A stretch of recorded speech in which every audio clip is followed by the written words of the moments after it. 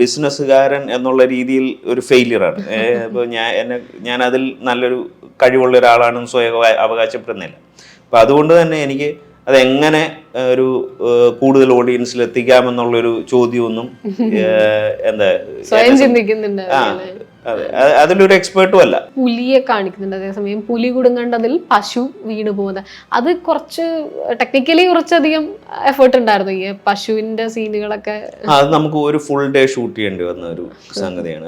അത് ഈവൻ അത് സ്ക്രീനിൽ വരുമ്പോൾ കുറച്ച് സെക്കൻഡുകൾ മാത്രമേ ഉള്ളൂ, അല്ലേ, ഏതാനും മിനിറ്റുകളേ ഉള്ളൂ. പക്ഷെ അത് റിയലി അത് എഫേർട്ട് നന്നായിട്ട് ഇടേണ്ട ഒരു സംഗതിയായിരുന്നു. ശിശുവായിട്ട് ജനിക്കുമ്പോൾ മുതലേ മതം പല രീതിയിൽ അയാളെ ഓൺ ചെയ്യുകയാണ്. അയാളുടെ മതം ഉടനെ നിർണ്ണയിക്കുകയാണ്. അയാൾ ജനിച്ച് വീണത് ഒരു ക്രിസ്ത്യൻ ഫാമിലിയിലാണെന്ന് അല്ലെങ്കിൽ ഹിന്ദു ഫാമിലിയിലാണെങ്കിൽ ജനനം കൊണ്ട് തന്നെ അവൻ ഒരു മതവിശ്വാസിയായി മാറുന്നു എന്നുള്ളൊരു സാധനം. ശവം ഇറങ്ങി കുറച്ച് കഴിഞ്ഞിട്ട് ഈമയോ വന്നപ്പോൾ ഒരു വിവാദം വന്നിരുന്നു. പള്ളി ജോസഫ് പെല്ലിശ്ശേരി തന്നെ പറഞ്ഞിരുന്നു, മാത്യൂസിനോ എനിക്കോ ക്രിസ്തീയ മരണ അനന്തര ചടങ്ങ് മറ്റൊന്നിൽ നിന്ന് കാണേണ്ട ആവശ്യമില്ല. ആ സമയത്ത് ആ ഒരു വിവാദത്തിന് എങ്ങനെയാ എടുത്തിട്ടുണ്ടായിരുന്നത്? ഇല്ല, ഞാൻ അന്നും പറഞ്ഞ കാര്യം തന്നെ എനിക്കിപ്പോഴും പറയാനുള്ളൂ. അതായത് നമ്മൾ അത് അല്ലെങ്കിൽ അതൊരു പബ്ലിക് ഡിസ്കഷനിലേക്ക് കൊണ്ടുവരണം എന്ന് ആഗ്രഹിക്കുന്ന ഒരാളല്ല. അതിന്റെ പേരിലാകരുത് നമ്മളുടെ ഒരു മലയാള സിനിമയിലുള്ള ഒരു സ്പേസ് എന്ന് ആഗ്രഹിക്കുന്നു. ഹായ്, ഇന്ന് നമ്മളോടൊപ്പം ഉള്ളത് സംവിധായകൻ Don Palathara. Welcome. Thank you. Family ഒരുപാട് ഫെസ്റ്റിവലുകളിലൊക്കെ പോയി ശ്രദ്ധിക്കപ്പെട്ടതിന് ശേഷം തിയേറ്ററിലേക്ക് എത്തിയിരിക്കുകയാണ്. അപ്പോൾ ഒരു തിയേറ്റർ റിലീസ് മുമ്പുള്ള സിനിമയൊന്നും അങ്ങനെ OTT റിലീസുകളായിരുന്നു. അപ്പോൾ ഇത്തവണ തിയേറ്റർ റിലീസ് ചെയ്തപ്പോൾ റെസ്പോൺസ് ഒക്കെ കേൾക്കുമ്പോൾ എന്താ ഒരു ഫീലിംഗ്? എനിക്ക് ഭയങ്കര പുതിയൊരു എക്സ്പീരിയൻസ് ആണിത്. കാരണം നമ്മൾ ആദ്യമായിട്ട് ഈ ഒരു രീതിയിൽ കേരളത്തിൽ ഒരു ഫുൾ ഫ്ലെഡ്ജ്ഡ് തിയേറ്റർ റിലീസ് എന്നുള്ള രീതി ചെയ്യുന്നത്. ഇപ്പം ഇതിന് മുമ്പുള്ള സിനിമകളൊക്കെ ആയാലും നമ്മൾ ചെറിയ റിലീസൊക്കെ അവിടെ ഇവിടെയൊക്കെ ചെയ്തിട്ടുണ്ട്. പക്ഷേ എന്താ പറയുക, കേരളത്തിൽ ഒരു നമ്മൾ ഓഡിയൻസിൻ്റെ മുമ്പിൽ എങ്ങനെ, ഇപ്പോൾ ഞാൻ മനസ്സിലാക്കുന്ന ഇവിടെ എല്ലാ തരത്തിലുള്ള ഓഡിയൻസ് ഉണ്ട്, എല്ലാ തരത്തിലുള്ള സിനിമകൾക്കുള്ള ഓഡിയൻസ് ഉണ്ട്. പക്ഷെ അവരിലേക്ക് എത്തുക എന്ന് പറയുന്നത് ഒരു ശ്രമകരമായിട്ടുള്ളൊരു പണിയാണ്. ഇപ്പോൾ IFFK എന്ന് പറയുമ്പോൾ നമുക്കറിയാം ഫെസ്റ്റിവലിൻ്റെ ഒരു കൃത്യമായിട്ട് എല്ലാവരും അവിടെ വരുന്നത് ഇത്തരത്തിലുള്ള സിനിമകൾ കാണാൻ വളരെ ഡെഡിക്കേറ്റഡ് ആയിട്ടാണ്. പക്ഷേ ഈ തിയേറ്ററിലേക്ക് വരുമ്പോൾ നമ്മൾ വലിയൊരു ജനക്കൂട്ടത്തിന് മുമ്പിലേക്കാണ് സിനിമ തുറന്നു വെക്കുന്നത്. പിന്നെ അതിൻ്റെ അകത്ത് പല ഫാക്ടേഴ്സ് ഉണ്ട്, കൂടെ ഏതൊക്കെ സിനിമകൾ ഇറങ്ങുന്നു. ഇപ്പം പിന്നെ എന്താ പറയുക, തിയേറ്ററിൽ പോയി സിനിമ കാണുക എന്ന് പറയുന്നത് പലപ്പോഴും ഒരു ഫാമിലി ഓഡിയൻസ് ആയിരിക്കും. അപ്പോൾ അപ്പോൾ അവർ എല്ലാവർക്കും ഇഷ്ടപ്പെടാൻ പറ്റുന്ന തരത്തിൽ കുറേ കൂടെ ലൈറ്റ് ഹാർട്ടഡ് ആയിട്ടുള്ള സിനിമകളൊക്കെ ആയിരിക്കും കാണാൻ ശ്രമിക്കുന്നത്. അപ്പം അതുകൊണ്ട് നമ്മൾ കുറേ ഫാക്ടേഴ്സ് നോക്കേണ്ടതുണ്ട് എന്നുള്ളൊരു സംഗതി ഇപ്പം മനസ്സിലാക്കുന്നുണ്ട്. ന്യൂട്ടൺ സിനിമ ആണോ ഒരു തോട്ട് പറഞ്ഞിട്ടുണ്ടായിരുന്നത് തിയേറ്റർ റിലീസ് എന്നുള്ളത്, അല്ലെങ്കിൽ മ്യൂച്വൽ ആയിരുന്നു? അപ്പം ന്യൂട്ടണും ശ്രമിച്ചു നോക്കാമെന്നുള്ളൊരു ആശയം ഉള്ളവരാണ്. ഞാനും ഇത് എങ്ങനെയായിരിക്കും ആളുകളുടെ മുമ്പിലേക്ക് നമ്മൾ തിയേറ്ററിൽ കൊണ്ടുവരുമ്പോൾ എങ്ങനെയായിരിക്കും പ്രതികരണം എന്ന് അറിയാം. ഇതിന് അങ്ങനെ ഒരു മാസ് എന്റർടൈനർ അല്ല, അത് ആ സിനിമയുടെ ഒരു സ്വഭാവം അറിഞ്ഞുകൊണ്ട് തന്നെ ഇതിനൊരു ക്രിട്ടിക്കലി അക്ലൈംഡ് ആയിട്ടുള്ള ഒരു സിനിമയാണ്. അപ്പോൾ ആ ഒരു രീതിയിലുള്ള ഒരു സ്വഭാവം മനസ്സിൽ വെച്ചുകൊണ്ട് തന്നെയാണ് നമ്മളത് ഒരു ഇത്ര എണ്ണം തിയേറ്ററുകൾ എന്നുള്ള രീതിയിൽ ഒരു ഡിസ്ട്രിബ്യൂട്ടറെ സമീപിക്കണം. ഇപ്പൊ കാതലൊക്കെ ഇറങ്ങിയിട്ട് നമ്മള് കാതൽ ആദ്യം പറയുമ്പോഴൊന്നും ഒരു തിയേറ്റർ സക്സസ് നമ്മൾ ഇത്ര വലിയ ആഘോഷിക്കപ്പെടുന്നു പ്രതീക്ഷിക്കുന്നില്ല. തുടക്കത്തിൽ ഫെസ്റ്റിവലിലൊക്കെ വരുന്നു അങ്ങനെയാ ചിന്തിച്ചിരുന്നത്. പക്ഷെ അതിനെപ്പോഴും ഒരു സൂപ്പർ സ്റ്റാർ ഉള്ളതിന്റെ ഒരു ഹൈപ്പ് നിലനിന്നിരുന്നു. ഇപ്പൊ കാതലൊക്കെ അക്സെപ്റ്റ് ചെയ്ത ഈ ഒരു സൊസൈറ്റിയിലെ ഒരു പ്രതീക്ഷ വരുന്നുണ്ടോ ഇത്തരം സിനിമകൾ കുറച്ചുകൂടെ? പണ്ടൊക്കെ ഈ സോക്കോൾഡ് ഫെസ്റ്റിവൽ അവാർഡ് സിനിമ എന്നൊക്കെ പറഞ്ഞു മാറ്റി നിർത്തുന്നതിൽ നിന്നും ട്രൈ ചെയ്യാം എന്നുള്ള ഒരു ഇതിലേക്ക് കുറച്ചുകൂടെ പ്രേക്ഷകർ. അല്ല, കാതൽ മാത്രമല്ല ഭ്രമയുഗവും ഒക്കെ ഇതൊരു ഞാൻ മനസ്സിലാക്കുന്നിടത്തോളം ഇതൊരു ഞാനൊരു നല്ലൊരു അനലിസ്റ്റ് ആണോന്നും എനിക്കറിയില്ല. ഇപ്പോൾ ഈ തിയേറ്ററുകളെയും അതുപോലെ ഇവിടുത്തെ ഓഡിയൻസിന്റെ ട്രെൻഡിനെയൊക്കെ മനസ്സിലാക്കുന്നതിൽ. പക്ഷേ എൻ്റെ ഒരു അണ്ടർസ്റ്റാൻഡിങ്ങിൽ സൂപ്പർ താരം എന്നുള്ളത് അല്ലെങ്കിൽ മമ്മൂട്ടി ഇപ്പോഴുള്ള ജനപ്രീതി എന്നുള്ളത് ഒരു ഫാക്ടർ തന്നെയാണ് ഞാൻ മനസ്സിലാക്കുന്നത്. അപ്പൊ ഇത്തരം സിനിമകൾ അപ്പം അങ്ങനെ അല്ലാത്ത സിനിമകളായി വരുമ്പോഴേ നമ്മൾ കുറച്ചധികം ഓഡിയൻസിനെ അട്രാക്ട് ചെയ്യണമെങ്കിൽ ഏതെങ്കിലും രീതിയിൽ ഒരു വെള്ളം ചേർക്കൽ വേണ്ടി വരും. വെള്ളം ചേർക്കൽ എന്ന് പറഞ്ഞ ഒരു നെഗറ്റീവ് സെൻസിലല്ല ഞാൻ പറയുന്നത്. പക്ഷെ നമ്മൾ ഇപ്പൊ തന്നെ ഡോൺ ചേട്ടൻ ചെയ്യുന്ന എപ്പോഴും പറഞ്ഞു, ഞാൻ ഓഡിയൻസിനെ സെറ്റ് ചെയ്തിട്ടല്ല സിനിമ ഇറക്കുന്നത്, സിനിമ ഇറക്കിയതിന് ശേഷം അതിന്റെ ഓഡിയൻസിനെ കണ്ടെത്തുകയാണ്. അപ്പോൾ നമ്മൾ അങ്ങനെ ഒരു കുറച്ചധികം പേരിലേക്ക് ഒരു സിനിമ ഇറക്കേണ്ടി വരുമ്പോൾ ഏതെങ്കിലും രീതിയിൽ കൊമേഴ്ഷ്യൽ ആസ്പെക്ട്സ് അതിൽ ചേർക്കേണ്ട ഒരു അധികം. പക്ഷെ എന്താണ് ആ വെള്ളം ചേർക്കൽ എന്നുള്ളത്, അതൊന്നും എന്നെ സംബന്ധിച്ചിടത്തോളം അങ്ങനെ ഒരു വലിയ കൺസേൺ ഇല്ലാത്തതുകൊണ്ട് തന്നെ ഇതൊന്നും അധികം ആലോചിച്ചിട്ടുള്ള കാര്യമല്ല. അപ്പൊ എനിക്കറിയില്ല എന്ത് ചേരുവയായിരിക്കും ആ രീതിയിൽ വർക്കാകുക എന്നുള്ളത്. ഇപ്പൊ ഞാൻ ബിസിനസ്സുകാരൻ എന്നുള്ള രീതിയിൽ ഒരു ഫെയിലിയറാണ്. ഇപ്പോൾ ഞാൻ അതിൽ നല്ലൊരു കഴിവുള്ള ഒരാളാണെന്ന് സ്വയം അവകാശപ്പെടുന്നില്ല. അപ്പം അതുകൊണ്ട് തന്നെ എനിക്ക് അതെങ്ങനെ ഒരു കൂടുതൽ ഓഡിയൻസിൽ എത്തിക്കാമെന്നുള്ളൊരു ചോദ്യമൊന്നും അതിലൊരു എക്സ്പേർട്ടും അല്ല. ഫാമിലിയിലേക്ക് വരുമ്പോൾ മുമ്പ് ഇപ്പോൾ റിമയാണ് സന്തോഷത്തിന്റെ ഒന്നാം രഹസ്യം. എനിക്ക് തോന്നുന്നു ഒരുപാട് പേര് ഡോൺ പാലത്തറയുടെ സിനിമകൾ കാണാൻ തുടങ്ങിയത് സന്തോഷത്തിന്റെ ഒന്നാം രഹസ്യം ആ കോവിഡ് കാലത്ത് നീ സ്ട്രീമിൽ വന്നതിന് ശേഷമാണ്. പുറകോട്ട് ശവം വിത്തും മധ്യ തിരുവിതാംകൂറും ഒക്കെ കണ്ടിട്ടുണ്ടായിരുന്നത്. അപ്പോൾ ഒരു ഫെമിലിയർ ഫേസസ് അല്ലെങ്കിൽ കുറച്ചുകൂടെ പ്രൊമിനൻ്റ് ആയ ആക്ടേഴ്സിനെ നമ്മൾ കൊണ്ടുവരുന്നത് ഇവിടെ ഫാമിലിയിൽ കുറച്ച് അധികം പേര് വരുന്നുണ്ട്. ഇപ്പൊ വിനയ് ഫോർട്ട്, ജോളി, ദിവ്യപ്രഭ, നിൽജ ഒക്കെ. ഈ സെലക്ഷൻ എങ്ങനെയാ വരുന്നത്? ഉറപ്പായിട്ടും ഇത് ഈ പറഞ്ഞ ഒരു തരത്തിൽ ഉള്ള ഒരു ചിന്ത കൂടിയാണ്. എങ്ങനെ കൂടുതൽ ആൾക്കാരെ തിയേറ്ററിൽ എത്തിക്കാം, അല്ലെങ്കിൽ ഇവരുടെയൊക്കെ മുഖം കാണുമ്പോൾ അതിന് ഉണ്ടാകുന്ന ഒരു കൂടുതൽ റീച്ച് ഉണ്ടല്ലോ. അപ്പൊ അത് ഉറപ്പായിട്ടും ഒരു ഫാക്ടറാണ്. എന്നാൽ അതേസമയം ഞാൻ ഇവരുടെയൊക്കെ കൂടെ വർക്ക് ചെയ്ത് തുടങ്ങുമ്പോൾ, അല്ലെങ്കിൽ ഇവരെ ആയിട്ടുള്ള ഒരു സംഭാഷണം തുടങ്ങുന്ന സമയത്ത് നമുക്കത് ഇവരുടെയൊക്കെ ഒരു ജസ്റ്റ് ആ ഒരു സൊസൈറ്റിയിലുള്ള പ്രസൻസിനപ്പുറം ഇവർ ആക്ടേഴ്സ് എന്നുള്ള രീതിയിലും വളരെ കംഫർട്ടബിൾ ആണ് ഇവരുടെ കൂടെ വർക്ക് ചെയ്യുന്നത് നമുക്ക്. കാരണം എത്രയോ കാലങ്ങളായിട്ട് ഇവർ ഓരോ കാര്യങ്ങൾ ചെയ്തുകൊണ്ടിരിക്കുന്നത്. അപ്പം നമുക്ക് ജസ്റ്റ് കാര്യങ്ങൾ സൂചനകൾ കൊടുത്താൽ മാത്രം മതി, അല്ലെ സ്ക്രിപ്റ്റ് കൊടുത്താൽ തന്നെ അവർക്ക് അതിൽ നിന്ന് കഥാപാത്രത്തെ കണ്ടെത്താൻ കഴിയും. അവർക്ക് കമ്മ്യൂണിക്കേഷൻ എളുപ്പമാണ്. അവർക്ക് എന്തെങ്കിലുമൊക്കെ സംശയങ്ങളുണ്ടെങ്കിൽ അവർ ചോദിക്കും, നമ്മൾ അതിനുള്ള ഉത്തരം മാത്രം കൊടുത്താൽ മതി. അങ്ങനെ വളരെ ഈസിയർ പ്രോസസ്സ് മൊത്തത്തിൽ ഒരു ഈസി ആകുന്നതിൻ്റെതായിട്ടുള്ള ഒരു വ്യത്യാസം അനുഭവപ്പെട്ടിരുന്നു. മുമ്പൊക്കെ പറയുമ്പോൾ അങ്ങനെ ആർട്ടിസ്റ്റുകൾ എന്ന് പറയാവുന്നവരെ വെച്ചിട്ടല്ല മധ്യ തിരുവിതാംകൂറൊക്കെ ചെയ്ത് ഒട്ടും ഫെമിലിയർ അല്ല, പ്രേക്ഷകർക്ക് ഫെമിലിയർ അല്ലാത്ത ആളുകളെ വെച്ചിട്ടാണ്. അപ്പൊ ഇവിടെ വരുമ്പോൾ ഇപ്പം വിനയ് ഫോർട്ട് ആണെങ്കിൽ കുറച്ചുകൂടി ഒരു കൊച്ചി സ്ലാങ് നോർമലി സംസാരിക്കാറുള്ള ഒരാളാണ്. അപ്പം ജോഡി ചേച്ചി ആണെങ്കിൽ ഒരു അങ്കമാലി സ്ലാങ് ഉള്ള ഒരാളാണ്. ഇവരെയൊക്കെ ഈ ഇടുക്കിയിൽ പ്ലേസ് ചെയ്യുക, ആ സ്ലാങ് മായി പരിചയപ്പെടുത്തുക എന്നുള്ളതൊക്കെ എളുപ്പമായിരുന്നോ? എന്നെ സംബന്ധിച്ചിടത്തോളം സ്ലാങ് എന്ന് പറയുന്നത് നമ്മൾ നമ്മൾ ഉപയോഗിക്കുന്ന വാക്കുകളിലും അതുപോലെ അതിൻ്റെ ഒരു കയറ്റിറക്കങ്ങളിലും ഒക്കെയാണല്ലോ വരുന്നത്. അപ്പോൾ അത് സ്ക്രിപ്റ്റിൽ തന്നെ പകുതി സോൾവ്ഡ് ആണ്. കാരണം നമ്മൾ എഴുതുന്നത് കൃത്യമായിട്ടും ഒരു ഇടുക്കിയിലെ ഒരു ഭാഷയാണ് എഴുതുന്നത്. പിന്നെ ഒരു ന്യൂട്രൽ ആക്സെന്റ് പിടിച്ചാൽ മതി എന്ന് പറയാം. അത് ഇവരൊക്കെ കേരള ഉടനീളം സഞ്ചരിച്ചിട്ടുള്ളല്ലോ, കേരളത്തിനും വെളിയിലൊക്കെ സഞ്ചരിച്ചിട്ടുള്ള. അപ്പോൾ അവരെ സംബന്ധിച്ചിടത്തോളം അത് വലിയ ശ്രമകരമല്ലായിരുന്നു എന്ന് തന്നെ ഞാൻ മനസ്സിലാക്കി. ഈ പടത്തിലൊരു സോണി, അതായത് വിനയ് ഫോർട്ടിന്റെ ഒരു കഥാപാത്രം എന്ന് പറയുന്നത് ജനസമ്മതനാണ്.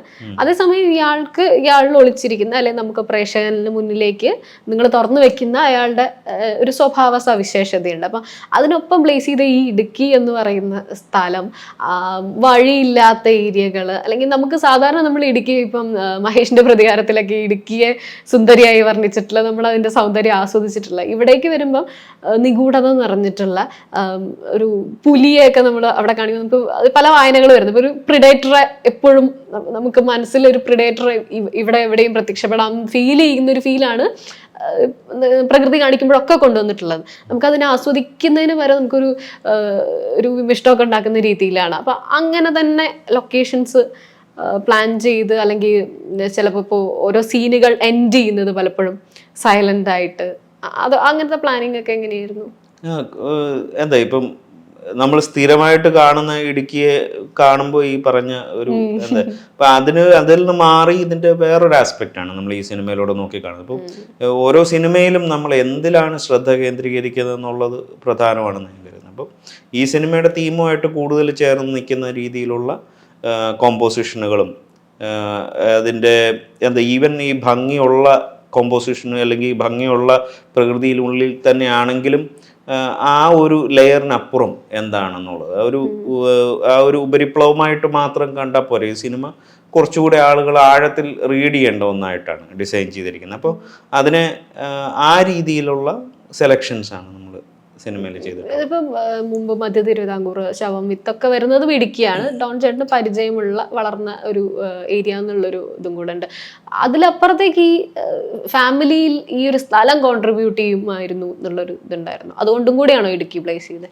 അത് അത് വളരെ പേഴ്സണൽ ആയിട്ടുള്ള ഒരു റീസൺ കൂടിയുണ്ട് അവിടെ. ഒന്ന് പിന്നെ എന്താ പറയുക, ഈ കയറ്റങ്ങളും ഇറക്കങ്ങളും അതുപോലെ വളവ് തിരിവുകളൊക്കെ ഒരുപാടുള്ള ഒരു സ്ഥലമാണ് എന്നുള്ളത് ഒരു കാരണമാണ്.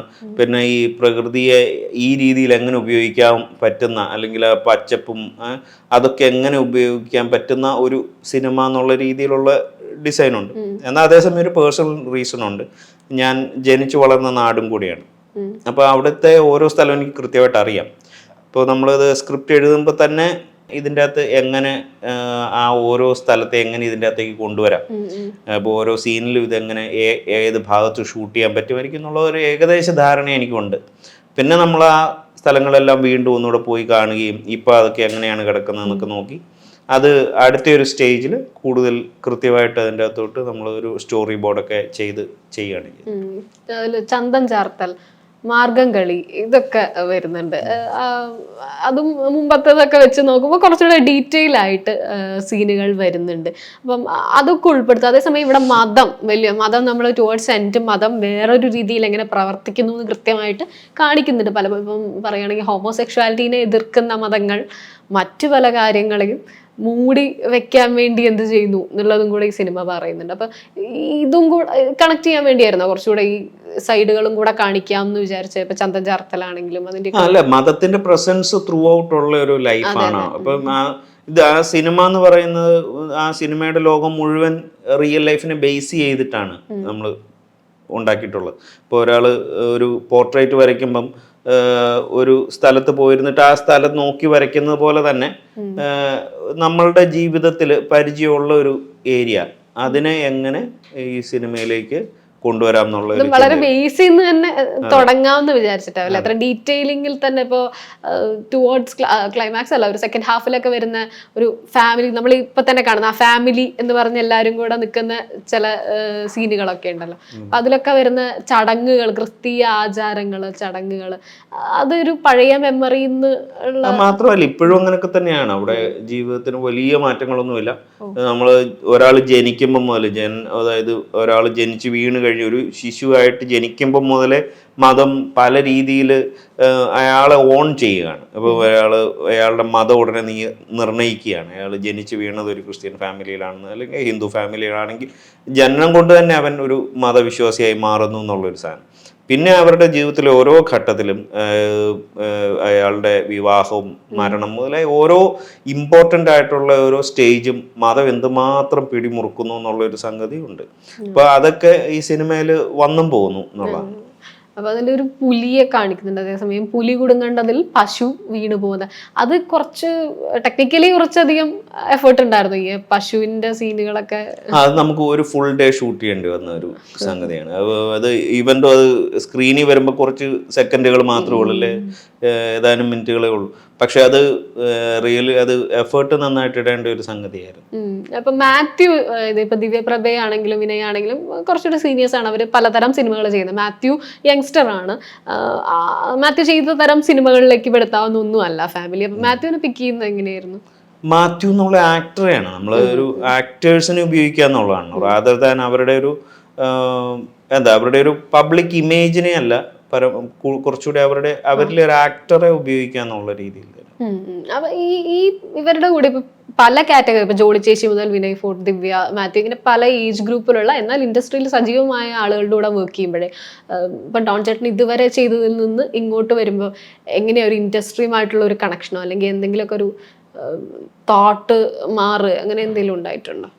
അങ്ങനെ എന്താ പറയുക, ഇതൊക്കെ ഫാക്ടർ ആണെങ്കിൽ കൂടെ എന്താ പറയുക, ബേസിക്കലി ഇവർ അവർക്ക് ചെയ്യേണ്ട റോളുകൾ എന്താണെന്ന് കൃത്യമായിട്ട് അറിയുന്ന ആക്ടേഴ്സാണ്. അപ്പോൾ എൻ്റെ റോളെന്ന് പറയുന്ന ആ സിനിമയിൽ എഴുതുക, ഡയറക്റ്റ് ചെയ്യുക എന്നുള്ളതാണ്. അപ്പോൾ അത് അവർക്കും കൃത്യമായിട്ട് അറിയാം. അവർ നമ്മളുടെ നേരത്തെയുള്ള സിനിമകളൊക്കെ കണ്ടിട്ടും കൂടെ ഓൺ ബോർഡ് വരുന്ന ആൾക്കാർ.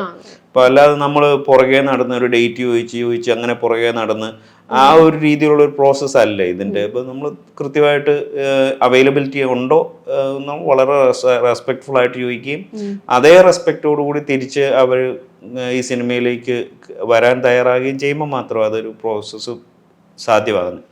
നമ്മളൊരു ഇൻഡസ്ട്രിയിലെ പോലെ ഒരു ഹയറാർക്കി ബേസ്ഡ് ആയിട്ടുള്ള ഒരു സംഗതിയായിട്ടല്ല ഈ സിനിമ വർക്ക് ചെയ്തിട്ടുള്ളത്. ഡേറ്റിന്റെ കാര്യം പറയുമ്പോൾ ജോഡി ചേച്ചി പണ്ട് എന്നോട് പറഞ്ഞിട്ടുള്ളതാണ്, ഡോൺ മാത്രമാണ് എന്നോട് ചേച്ചി എന്തൊക്കെയാണ് ഡേറ്റ്സ് ഉള്ളത്, എന്താണ് ചേച്ചിയുടെ പേയ്മെന്റ് എന്ന് കൃത്യമായി ചോദിച്ചിട്ടുള്ള. പ്രത്യേകിച്ച് ക്യാരക്ടർ റോളാണല്ലോ അവരൊക്കെ ചെയ്യുന്നത്. ആ ഒരു ഇപ്പം വിത്തിന്റെ കാര്യത്തിൽ ഞാൻ തോന്നുന്നു ഒരു crowd funded film by Don Palathara എന്ന് എഴുതിയിട്ടുണ്ടായിരുന്നു. അവിടുന്ന് ഇങ്ങോട്ട് ന്യൂട്ടൺ സിനിമ വരെ വരുമ്പോഴും നമ്മുടെ പരിമിതികൾക്കുള്ളിലും ആ ഒരു സ്ട്രക്ചർ കൃത്യമായി കീപ്പ് ചെയ്യണം എന്നുള്ളതൊരു ബോധ്യമായിട്ട് തന്നെ നിൽക്കുന്നതാണ്. അപ്പം അല്ല, ഇത് ന്യൂട്ടൺ എന്ന് പറയുന്ന ഒരു പ്രൊഡക്ഷൻ കമ്പനി വന്നതിൻ്റെതായിട്ടുള്ള ഇപ്പം നമുക്ക് എല്ലാ സിനിമകളും വളരെ പ്രൊഫഷണൽ ആയിട്ട് ചെയ്യാൻ പറ്റുമെങ്കിൽ അത് ചെയ്യണം എന്ന് തന്നെ ആഗ്രഹിക്കുന്നു. അപ്പോൾ അത് പലപ്പോഴും സാധ്യമാകാറില്ല സാഹചര്യങ്ങൾ കൊണ്ട്. നമുക്ക് കൃത്യമായിട്ടുള്ള പേയ്മെന്റ് അങ്ങനെയുള്ളതൊക്കെ കൊടുക്കാൻ പറ്റണമെങ്കിൽ, അല്ലെ അത് കമ്മിറ്റ് ചെയ്യാൻ പോലും പറ്റണമെങ്കിൽ നമുക്ക് നല്ലൊരു പ്രൊഡ്യൂസറുടെ ബാക്കപ്പ് വേണം. ഈ സിനിമയിൽ ന്യൂട്ടൺ വന്നത് എല്ലാ തരത്തിലും നമുക്ക് ഉപകാരപ്പെട്ടിട്ടുള്ള ഒരു കാര്യമാണ്. കാരണം ഒന്നാമത് ഈ സിനിമയിൽ അവരൊരു റെസ്ട്രിക്ഷനും വെച്ചിരുന്നില്ല. നമുക്ക് എത്രയാണ് ഈ സിനിമയ്ക്ക് ആകുന്ന ബജറ്റ് എത്രയാണ് അതനുസരിച്ച് നമുക്ക് സ്പെൻഡ് ചെയ്യാം എന്നുള്ള രീതിയിലാണ് അവർ. അത് ഒട്ടും നമ്മളെ ലിമിറ്റ് ചെയ്തിരുന്നില്ല ഒരു തരത്തിലും. പിന്നെ ക്രിയേറ്റീവ് കൺട്രോൾ എന്ന് പറയുന്നത് ഫുള്ളി ഡയറക്ടറുടേതാണ് എന്നുള്ള രീതിയിൽ അവർ ഒരു കാര്യത്തിൽ ഇടപെട്ടിട്ടുന്നില്ല. ഇപ്പോൾ നമുക്ക് അതിൻ്റെ ഈവൻ അത് എന്താ പറയുക എക്സിക്യൂഷനിലാണെങ്കിലും അതിൻ്റെ മറ്റ് ഇടപാടുകളിലൊന്നും നമ്മൾ കൃത്യമായിട്ട് ബില്ലുകൾ കൊടുക്കുക, അവർ റീഇംബേഴ്സ് ചെയ്യുക, ആ ഒരു മെത്തേഡിലാണ് പോയത്. അല്ലാതെ അതിനകത്ത് അനാവശ്യമായിട്ടുള്ള ഒരു ഇടപാടുകളോ ഒരു എക്സ്ട്രാ ചോദ്യമോ ഒന്നും ഉണ്ടായിരുന്നില്ല. പിന്നെ ഓരോ വ്യക്തിക്കും ആ സിനിമയായിട്ട് അസോസിയേറ്റ് ചെയ്ത എല്ലാ വ്യക്തികൾക്കും, അതായത് ഒരു 3000 രൂപ വാങ്ങിയ ആൾ മുതൽ ലക്ഷങ്ങൾ ചിലവാകുന്ന ഏരിയ വരെ എല്ലാത്തിനും കോൺട്രാക്റ്റ് വെച്ചിരുന്നു. കൃത്യമായി കോൺട്രാക്റ്റ് വെച്ച് ആ കോൺട്രാക്റ്റ് സൈൻ ചെയ്ത് പേയ്മെൻറ്റ് ചെയ്തതിന് ശേഷമാണ് ഷൂട്ട് തന്നെ തുടങ്ങുന്നത്. അപ്പം നമുക്ക് അതുകൊണ്ട് കാര്യങ്ങൾ വളരെ എളുപ്പമായിരുന്നു. അപ്പം എന്താ പറയുക, ഇതൊക്കെ എക്സിക്യൂട്ട് ചെയ്തെടുക്കുക എന്ന് പറയുന്നത് ഒരു ശ്രമകരമായിട്ടുള്ള സംഗതിയാണ്. അതിപ്പം നമ്മുടെ ഒരു പ്രൊഡക്ഷൻ മാനേജറായിട്ടുള്ള അംശുനാഥ് രാധാകൃഷ്ണൻ, അപ്പോൾ അദ്ദേഹത്തിൻ്റെ വലിയൊരു സഹായം ഉണ്ടായിരുന്നു ത്രൂ ഔട്ട്. അപ്പോൾ പക്ഷെ ആ ഒരു അദ്ദേഹത്തിൻ്റെ ഒരു എക്സ്ട്രാ പണി എന്നുള്ളതിനപ്പുറം എന്താ പറയുക അതുകൊണ്ട് തന്നെ ഇതിൻ്റെ കാര്യങ്ങൾ വളരെ സ്മൂത്തായിട്ടാണ് പോയത്. നമ്മൾ കൃത്യമായിട്ട് പ്ലാൻ ചെയ്യുന്നു, ഇന്ന ദിവസങ്ങളിൽ ഇന്ന കാര്യങ്ങൾ ഷൂട്ട് ചെയ്യണം, അത് അങ്ങനെ തന്നെ പോകുന്നു. ഇപ്പം അല്ലെങ്കിൽ പിന്നെ എന്താ മഴയോ അല്ലെങ്കിൽ നമ്മൾ പ്രതീക്ഷിക്കാത്ത കാര്യങ്ങൾ വന്നാൽ മാത്രമേ അതിനൊക്കെ മാറ്റുള്ളൂ. അതും നമ്മൾ അതിനൊരു വേറൊരു കണ്ടിൻജൻസിയും അതുപോലെ അതിൻ്റെ ഒരു അതിനെ എങ്ങനെ മറികടക്കാം എന്നുള്ളതിന് ഒരു പ്ലാനൊക്കെ ഉണ്ടാക്കിയിരുന്നു. അതുകൊണ്ട് അങ്ങനെ വേറൊരു ബുദ്ധിമുട്ടുകളും ഇല്ലാതെ ഷൂട്ട് പോകാൻ ഒരു ആറ്റിറ്റ്യൂഡ് നമ്മളെ സഹായിച്ചിട്ടുണ്ട്. ഇപ്പൊ ഈ കൊമേഴ്ഷ്യൽ പടങ്ങളിൽ ഇതിന് സമാനമായൊരു പ്ലോട്ട് നമ്മൾ കണ്ടിട്ടുണ്ട് മുമ്പൊക്കെ, ചില ഹിറ്റ് സിനിമകൾ അതിന്റെ സൈഡിൽ കൂടെ ഈ ഒരു പ്ലോട്ട് വരുന്നു എന്നുള്ള രീതി. ഇവിടെ വരുമ്പോൾ ഒരു മെസ്സേജ് കൊടുത്ത എൻഡ് ചെയ്യുക, അല്ലെങ്കിൽ അത്തരം സിനിമകളിൽ ഉണ്ടായിരുന്ന പോലെ ഒരു എൻഡിങ് അല്ല കൊടുക്കുന്നത്. തുടർച്ചയായിട്ടാണ് അത്, അല്ലെങ്കിൽ തുടരും, അല്ലെങ്കിൽ നമ്മൾ എന്ത് വായിച്ചെടുക്കുന്നു പ്രേക്ഷകൻ അങ്ങനെ വായിച്ചെടുക്കാം. പ്രത്യേകിച്ചും ചില സീനുകൾ നമുക്ക് കൃത്യമായിട്ട് എന്താണ് സോണിയുടെ ക്യാരക്ടർ എന്ന് പതിയെ നമുക്ക് മനസ്സിലാവുന്നുണ്ട്. പക്ഷെ അതിന് ഒരിക്കലും ഒരു ക്യാമറ അല്ലെങ്കിൽ എന്താ പറയുക മറ്റു പല സിനിമകളിലും കാണുന്ന ടച്ചോ അങ്ങനെയുള്ള കാര്യങ്ങളൊന്നും ഉൾപ്പെടുത്തുന്നില്ല. അത് വേണ്ട എന്നുള്ളൊരു കൃത്യമായ തീരുമാനമായിരുന്നു. ഉറപ്പായിട്ടും ഈ സിനിമ നമ്മൾ ചെയ്യുന്നതിൻ്റെ ഉദ്ദേശത്തെ നമ്മൾ തന്നെ ഇല്ലാതാക്കി കളയരുതല്ലോ. അപ്പോൾ അതിന് വേണ്ടത് എന്തൊക്കെയാണ് അത് മാത്രം കൊടുക്കുക. പിന്നെ ഈ സിനിമ എന്ന് പറയുന്നത് ഞാൻ നേരത്തെ പറഞ്ഞ പോലെ ഒരു റിയൽ ലൈഫിനെ പകർത്താനുള്ള ഒരു ശ്രമമാണ് ഈ സിനിമയിൽ ചെയ്തിട്ടുള്ളത്. അപ്പോൾ അവിടെ നമ്മൾ അതിന് ഒരു എന്താ പറയുക മേമ്പൊടിയൊന്നും ഇല്ലാതെ അതിന് കുറച്ചുകൂടെ ഫ്ലേവേഴ്സ് ഒന്നും ചേർക്കാതെ അതിനെ കൃത്യമായിട്ട് അങ്ങനെ തന്നെ അവതരിപ്പിക്കുക എന്നുള്ളതാണ്. എന്നാൽ അതിന് നമുക്ക് നമ്മളുടേതായിട്ടുള്ള ഒരു പ്രിൻസിപ്പിൾസിൻ്റെ ഉള്ളിൽ നിന്നുകൊണ്ട് ചെയ്യാവുന്നതിൻ്റെ ബെസ്റ്റ് ചെയ്യുക. അതിനൊരു വിഷ്വലി അതിൻ്റെ സൗണ്ടിലൊക്കെ ആണെങ്കിൽ നമ്മൾ അതിൻ്റെ നമുക്ക് ചെയ്യാൻ പറ്റുന്നതിൻ്റെ മാക്സിമം നന്നായിട്ട് ചെയ്യുക എന്നുള്ളൊരു ഉദ്ദേശമാണ്. പിന്നെ എന്താ പറയുക, ഇപ്പം നമ്മൾ സ്ക്രീനിൽ വയലൻസോ അല്ലെങ്കിൽ സ്ക്രീനിൽ മറ്റു കാര്യങ്ങളൊക്കെ കൊണ്ടുവരുന്ന നമ്മൾ ഓഡിയൻസിന് മുമ്പിലേക്ക് വെക്കുന്നത്. അപ്പോൾ അവരെങ്ങനെയുള്ളവരാണെന്ന് നമുക്ക് അറിയണമെന്നില്ല. അപ്പോൾ അവിടെ നമുക്കൊരു റെസ്പോൺസിബിലിറ്റി ഉണ്ട് ആസ് ഫിൽം മേക്കേഴ്സ്. അവിടെ എന്താ പറയുക, നമ്മൾ അവിടെ ഒരു വോയറിസ്റ്റിക് പ്ലഷർ അവർക്ക് കൊടുക്കരുത് എന്നുള്ളതും, അല്ലെങ്കിൽ അത്തരം കാര്യങ്ങളിലുള്ള ഒരു റെസ്പോൺസിബിലിറ്റി ഉണ്ടെന്ന് വിശ്വസിക്കുന്ന ഒരാളാണ് ഞാൻ. അത് എല്ലാവരുടെയും കാര്യത്തിലുണ്ടെന്നല്ല, ഇപ്പൊ എൻ്റെ സിനിമകളിലും എനിക്കുണ്ടെന്ന് കരുതുന്ന ഒരാളാണ്. അത് നമ്മുടെ ഒരു സ്റ്റാൻഡാണ്. അപ്പോൾ ആ രീതിയിലും കൂടിയാണ് അതിനെ ഡിസൈൻ ചെയ്തിട്ടുള്ളത്. ഇപ്പൊ മുമ്പത്തെ സിനിമ സന്തോഷത്തിന്റെ ഒന്നാം രഹസ്യം കണ്ടിട്ട് അതായത് റിലേറ്റബിൾ ആണ്, അതേ സിറ്റുവേഷൻ ലൈഫിൽ ഉണ്ടായിട്ടുണ്ട് ഒരു പാർട്ട്നേഴ്സ് ആയിരിക്കുന്ന സമയത്ത് എന്ന് എന്നോട് പറഞ്ഞൊരു സുഹൃത്തൊക്കെ ഉണ്ട്. അപ്പൊ ആ സിനിമ ചെയ്യുമ്പോൾ ഇപ്പൊ ഇതിലൊക്കെ വൈഫ് ഷെറിന്റെ ഒരു കോൺട്രിബ്യൂഷൻ ഉണ്ട്. ആ സമയത്തൊക്കെ ഒരു ഫീമെയിൽ പെർസ്പെക്റ്റീവും കൂടെ എടുത്തിട്ടുണ്ടായിരുന്നു. അങ്ങനെയുള്ള ഉറപ്പായിട്ടും ഞങ്ങൾ ഒന്നിച്ചാണ് ഈ സ്ക്രിപ്റ്റ് എഴുതിയിട്ടുള്ളത്. അപ്പം ഇതില് പല കഥാപാത്രങ്ങളെ ഫീമെയിൽ പെർസ്പെക്റ്റീവ് എന്നുള്ളതിനേക്കാളും ഞങ്ങൾ അങ്ങനെയല്ല വർക്ക് ചെയ്യുന്നത്. ഇപ്പോൾ ഓക്കെ ആൺ ക്യാരക്ടേഴ്സിന് ഞാൻ എഴുതാം, സ്ത്രീകളെ ഷെറിന് എഴുതാം, അങ്ങനല്ല.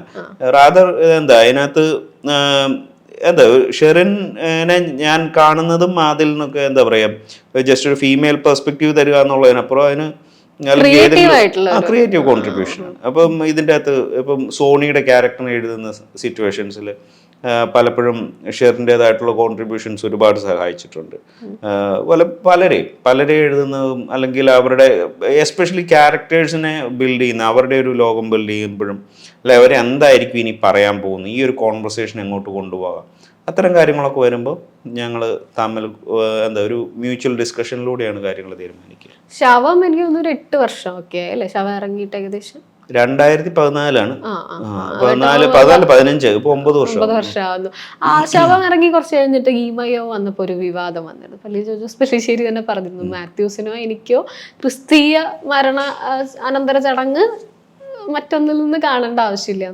ആ സമയത്ത് ആ ഒരു വിവാദത്തിന് എങ്ങനെയാ എടുത്തിട്ടുണ്ടായിരുന്നത്? ഇല്ല, ഞാൻ അന്നും പറഞ്ഞ കാര്യം തന്നെ എനിക്കിപ്പോഴും പറയാനുള്ളൂ. അതായത് നമ്മൾ അത് എന്താ അല്ലെങ്കിൽ അതൊരു പബ്ലിക് ഡിസ്കഷനിലേക്ക് കൊണ്ടുവരണം എന്ന് ആഗ്രഹിക്കുന്ന ഒരാളല്ല. അതിന്റെ പേരിലാകരുത് നമ്മളുടെ ഒരു മലയാള സിനിമയിലുള്ള ഒരു സ്പേസ് എന്ന് ആഗ്രഹിക്കും. അപ്പം നമ്മൾ ചെയ്യുന്ന വർക്കുകളിലൂടെ കാണട്ടെ ആളുകൾ. അപ്പം അത് എന്താ ഈ പറയുന്ന കാര്യങ്ങളിലൊക്കെ കാര്യമുണ്ടോ ഇല്ലയോ എന്നൊക്കെയുള്ള ആളുകൾ തീരുമാനിക്കട്ടെ.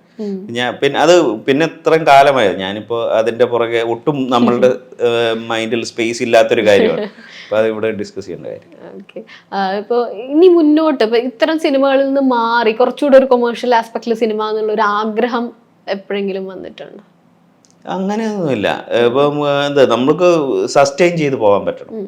സിനിമ ചെയ്യണം, നമുക്ക് ഇഷ്ടമുള്ള സിനിമകൾ ചെയ്യാനും നമുക്ക് കൺവിക്ഷൻ ഉള്ള സിനിമകൾ ചെയ്യാനും അത് തുടർന്നു കൊണ്ട് പോകാനും പറ്റണം. ഇടയ്ക്ക് ചട്ടമ്പിക്ക് സ്ക്രിപ്റ്റ് ചെയ്തിട്ടുണ്ടായിരുന്നു. അപ്പൊ അതുപോലെ സ്ക്രിപ്റ്റിംഗ് പ്രോസസ്സിലാണെങ്കിലും അത്തരം പടങ്ങളുടെ ഭാഗമായി ചെയ്യണം അല്ലെങ്കിൽ അത്തരം സ്റ്റോറികൾ തലയിൽ വരാറ് ഇല്ല. അതിപ്പം ചട്ടമ്പി ഞാൻ എനിക്ക് വേണ്ടി എഴുതിയൊരു ചട്ടമ്പി എന്നുള്ള വേറൊരു പേരിൽ ഞാൻ എനിക്ക് വേണ്ടി എഴുതിയൊരു സ്ക്രിപ്റ്റ് ആയിരുന്നു. അപ്പൊ അത് അഭിലാഷ് കുമാർ ചെയ്യാൻ തീരുമാനിച്ച സമയത്ത് അദ്ദേഹത്തിന് വേണ്ട രീതിയിൽ അതിൽ മാറ്റങ്ങൾ വന്നിട്ടുണ്ട്. അപ്പോൾ എൻ്റെ സ്ക്രിപ്റ്റിൽ വേറെ ആൾക്കാർ വരികയും അതിൽ മാറ്റങ്ങൾ വരികയും ചെയ്തു. പിന്നെ എൻ്റെ ഒരു മൂലകഥ എന്നുള്ള രീതിയിലാണ് പിന്നെ അതിനെ ട്രീറ്റ് ചെയ്തിട്ടുള്ളൂ. അതും ഞാൻ എഴുതി വരുമ്പോൾ ഒട്ടും കൊമേഴ്ഷ്യൽ അല്ലാത്തൊരു സിനിമയായിട്ട് തന്നെയാണ് അതിനെ ഡിസൈൻ ചെയ്തത്. അപ്പോൾ ഫാമിലിക്ക് എല്ലാവിധ ആശംസകളും, വരാനിരിക്കുന്ന എല്ലാ പ്രൊജക്റ്റുകൾക്കും. Thank you so much. Okay, thank U.